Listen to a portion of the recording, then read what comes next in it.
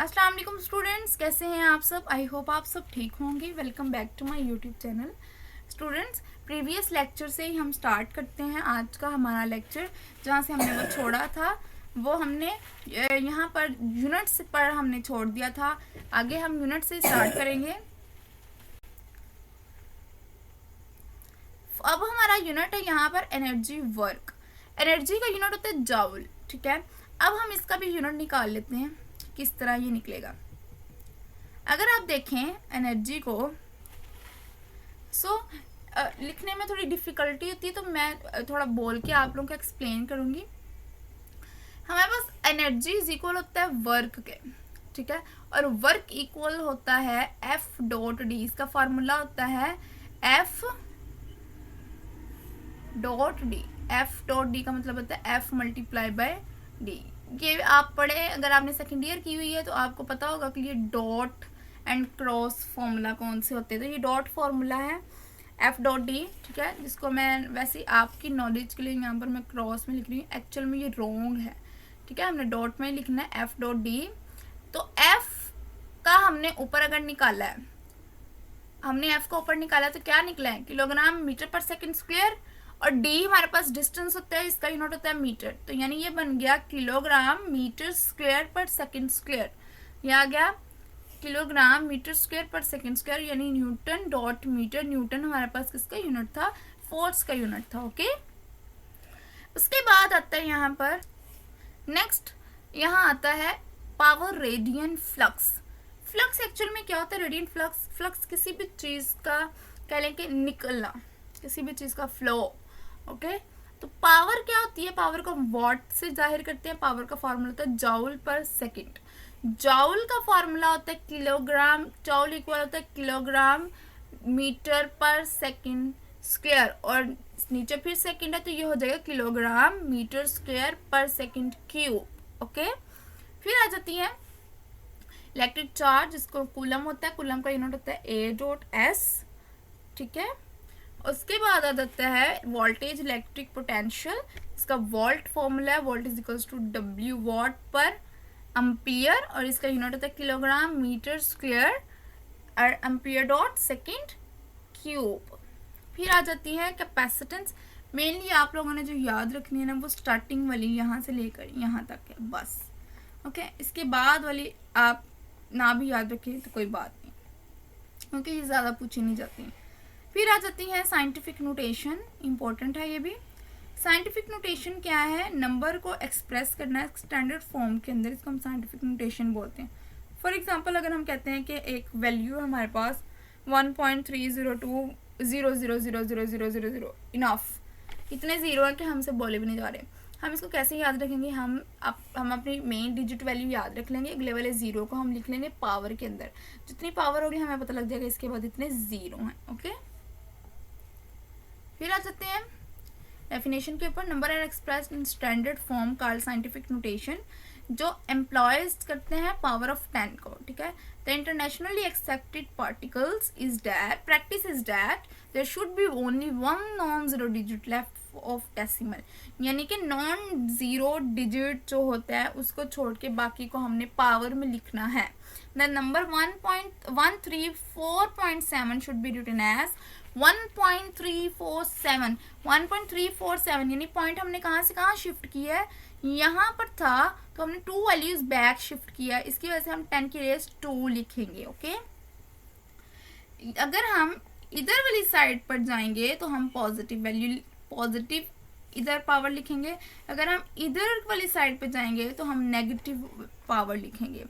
अगर हम देख रहे हैं ये वाली वैल्यू, तो यहाँ पर आप देखें 0.0023 शुड बी रिटन इन 1, यहाँ पर देखें ये लिखा हुआ है 0.023 should be written in 2.3 into 10 to raise पर -3। क्यों, हम इधर से इधर की तरफ शिफ्ट हो रहे हैं। ओके, अब इनकी कन्वर्जन और यूनिट इंडिकेटिंग क्या है। अच्छा जी, सबसे पहला है यूज ऑफ ऐसे unit required special care more particularly in different writing prefixes. सबसे पहला क्या है कि हमने कुछ माइंड में पॉइंट्स रखने पड़ेंगे। सबसे पहला है कि the full name of the unit does not being with the capital letter even if the name after a scientist. चाहे वो साइंटिस्ट का भी नेम है ठीक है। फिर भी हमने क्या करना है, full name of the unit को कभी भी कैपिटल लेटर से रिप्रेजेंट नहीं करना, हमने स्मॉल लेटर से ही लिखना है, न्यूटन। Okay okay. फिर आ जाता है the symbol of the unit named after a scientist has an initial capital letter such as N for Newton. फिर आ जाता है the prefix should be written before the unit without any space. अब हम प्रीफिक्स कैसे लिखते हैं, without any space. ठीक है, कह रहे हैं the prefix should be written before the unit, unit से पहले प्रीफिक्स लिखनी है, स्पेस नहीं डालनी। ठीक है, जैसे कि ये 1 है ना, तो 1 मिलीमीटर ऐसे ऐसे नहीं लिखना, साथ ही लिख देंगे। ठीक है, तो ये है स्टैंडर्ड प्रीफिक्सेस दी हुई हैं। Combination of base unit is written each with 1 space apart.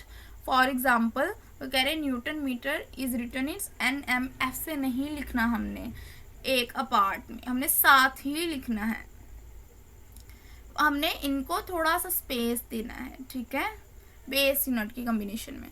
फिर इसके बाद क्या है, कंपाउंड प्रीफिक्सेस तो अलाउड ही नहीं है, यानी कि माइक्रो फैरड नहीं लिखना।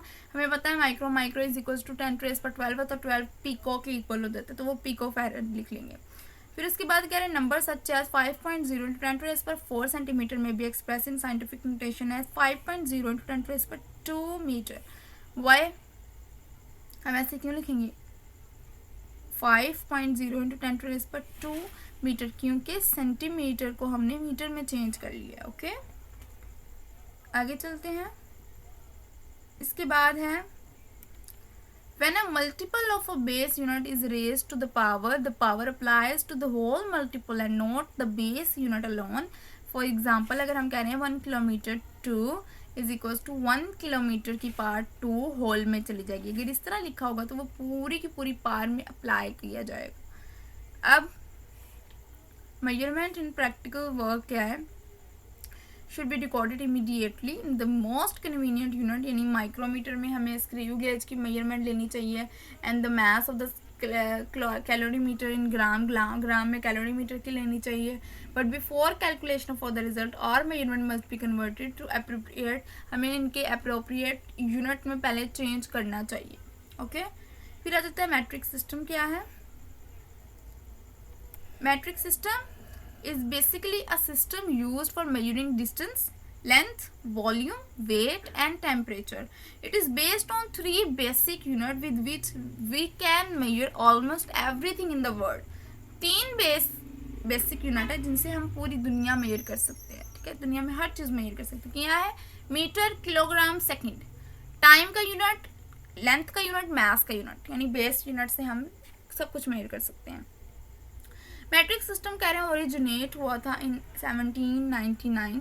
Over the years, this system has been extended to incorporate many units, although several variants of the system were discovered in the late 19। कुछ भी नहीं लिखा हुआ।